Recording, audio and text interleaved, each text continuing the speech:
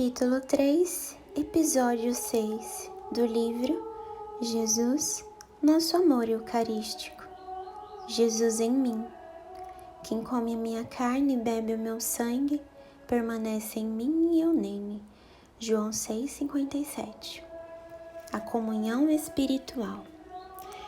A comunhão espiritual é a reserva de vida e de amor eucarístico sempre ao alcance da mão para os enamorados de Jesus hóstia. Por meio da comunhão espiritual, de fato, ficam satisfeitos os desejos de amor da alma que quer unir-se a Jesus, seu amado esposo. A comunhão espiritual é a união de amor entre a alma e Jesus hóstia.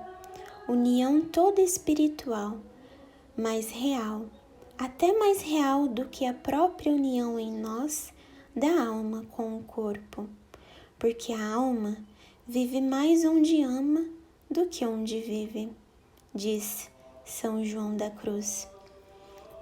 Fé, amor, desejo. A comunhão espiritual supre, é evidente, a fé na presença real de Jesus nos sacrários. Ela compreende o desejo da comunhão sacramental e exige a ação de graças pelo dom recebido de Jesus. Tudo isso está expresso com simplicidade na fórmula de Santo Afonso de Ligório: Meu Jesus, eu creio que vós estais no Santíssimo Sacramento. Eu vos amo sobre todas as coisas, eu vos desejo em minha alma, e já que agora não posso receber-vos sacramentalmente, vinde, pelo menos, espiritualmente ao meu coração. Como já tendo vindo, eu vos abraço e me uno a toda vós. Não permitais, Jesus, que eu me separe mais de vós.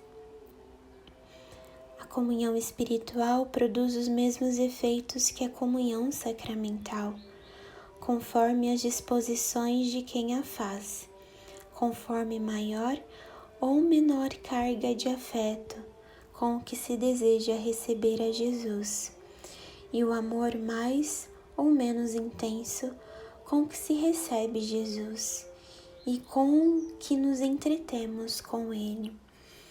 Privilégio exclusivo da comunhão espiritual é o de poder ser feita quantas vezes quisermos, e até mesmo centenas de vezes por dia, quando quisermos, mesmo em plena noite, onde quisermos, até num deserto ou no avião em pleno voo.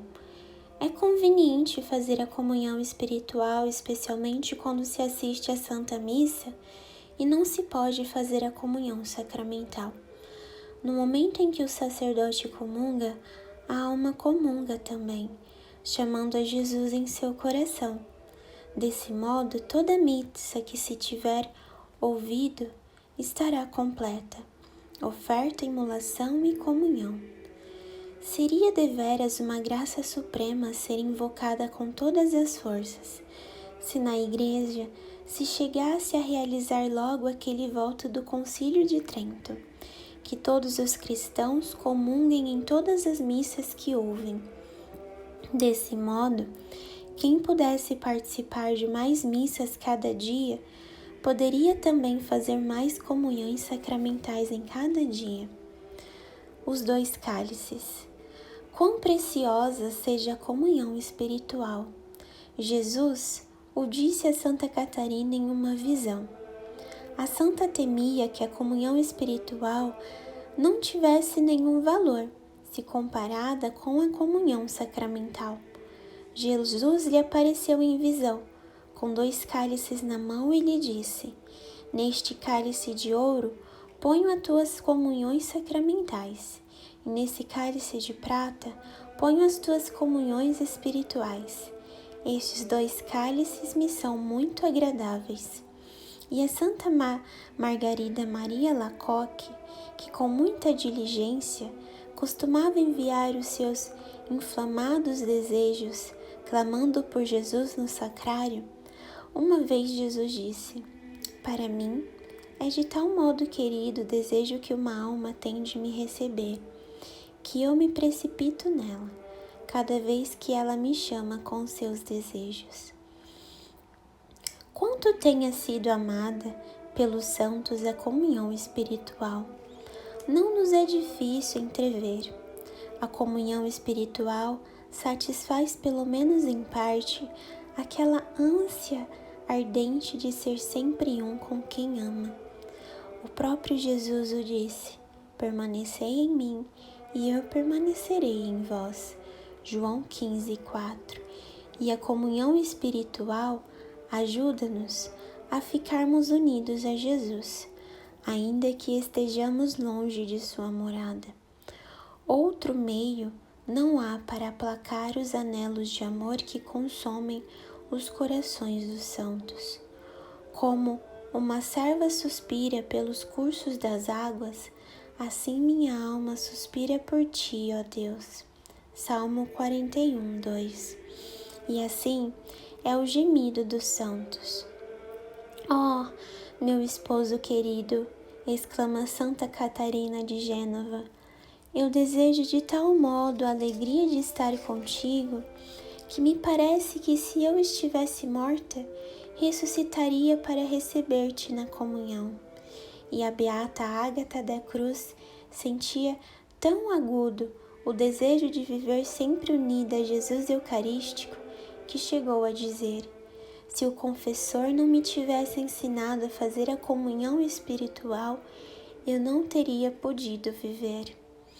Para Santa Maria Francisca das Cinco Chagas, era igualmente a comunhão espiritual o único alívio para a dor aguda que sentia, quando ficava fechada em casa, longe do seu amor, especialmente quando não lhe era permitido fazer a comunhão sacramental.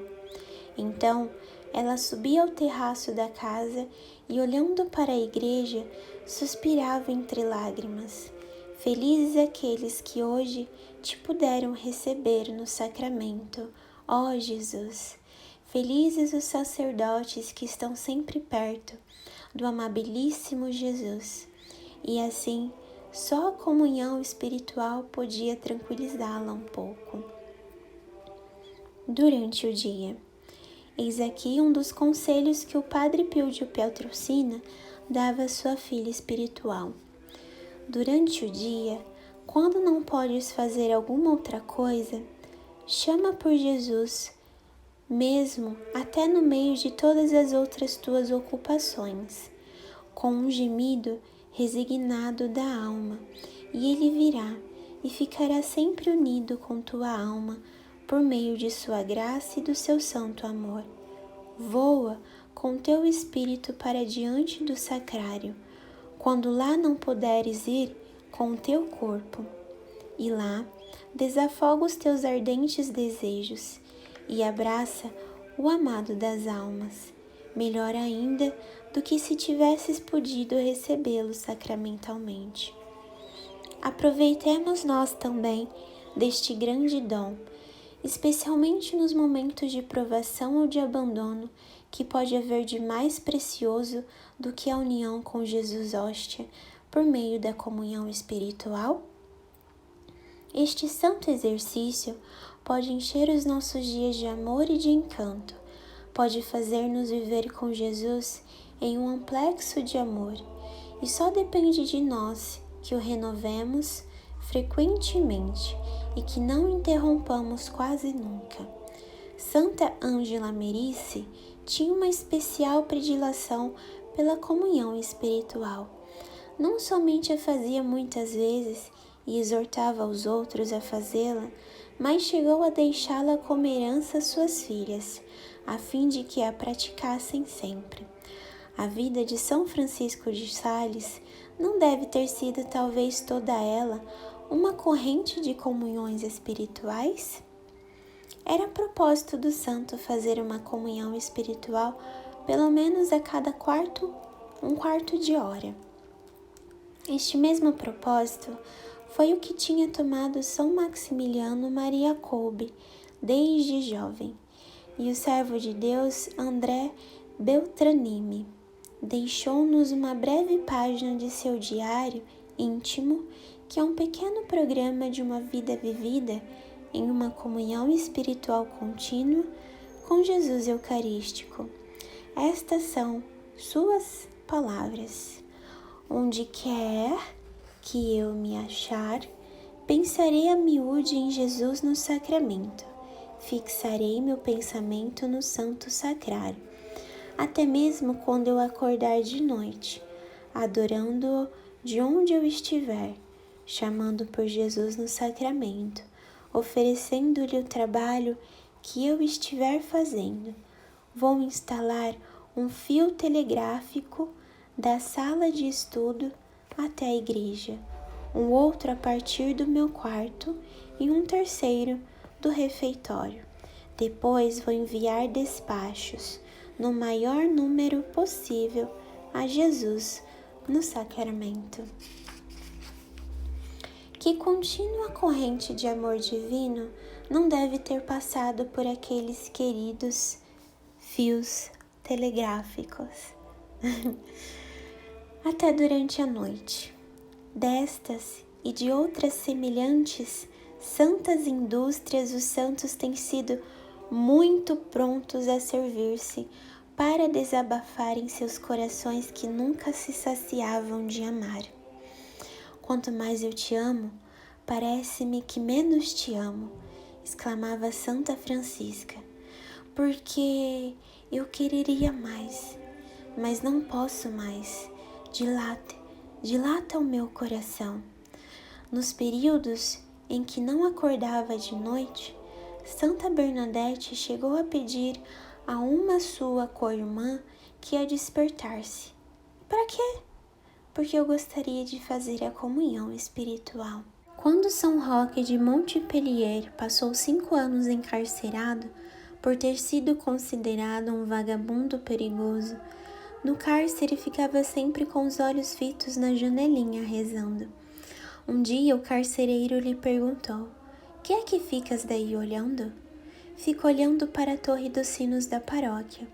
Era a necessidade que o santo sentia de uma igreja, de um sacrário, de Jesus Eucarístico, seu grande amor.